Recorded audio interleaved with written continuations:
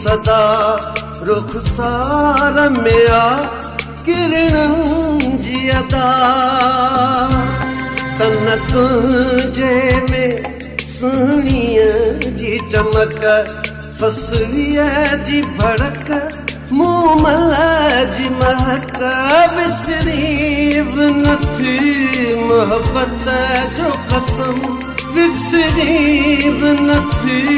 मोहब्बत जो कसम तुझे दिन में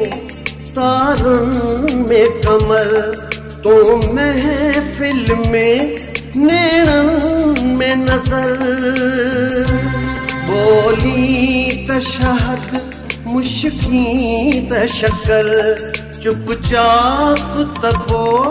तन मन में चक्कर।